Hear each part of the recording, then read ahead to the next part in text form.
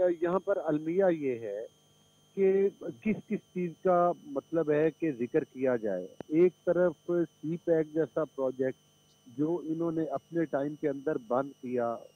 आपको याद है कि जब धरनों के ज़रिए इन्होंने इश्तिहाल अंगेज़ियाँ की, जिस तरह से इन्होंने चाइना के प्रेसिडेंट का उस वक़्त विज़िट डिले किया। फिर जिस तरह से 9 मई के वाक़यात में शहदा के मुजस्समों को तोड़ा गया, वो रेडियो स्टेशन जहाँ से पाकिस्तान के बनने की खबर नशर हुई थी, उसको आग लगा दी।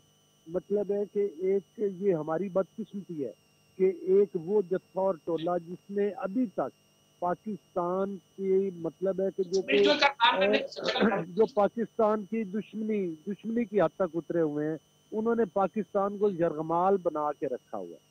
तो ज़ाहिर है अब ये चीज़ें मुझे ये बताएं कि जब ये ईवीएम मशीनें लगा रहे थे और वो तजर्बात कर रहे थे, तो वो मैंडेट चुराने की कोशिश नहीं कर रहे थे उस वक्त। ये कोई ढका छुपा है? वही चलिए ठीक है 2018 ठीक है इनकी ठीक है इतनी पॉपुलैरिटी थी, तो आपकी वो बात ईवीएम मशीनें किस लिए लगा रहे थे?